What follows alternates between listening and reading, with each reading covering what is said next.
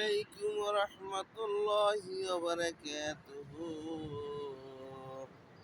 আলহামদুলিল্লাহ, আজকে আমি শহরের মধ্যে এসেছি, মক্কা শহরে।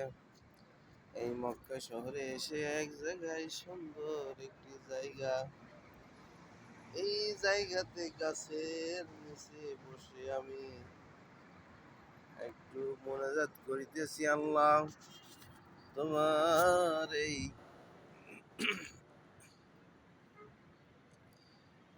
সুন্দর বরকতময় এই দেশে আমি এসেছি। আল্লাহ, এই দেশ থেকে আল্লাহ গুনাহ মাফ করে আমি যেতে চাই।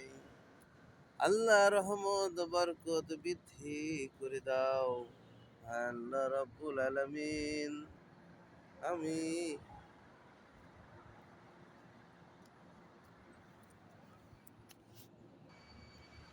আল্লাহ, এই দেশ অনেক সুন্দর।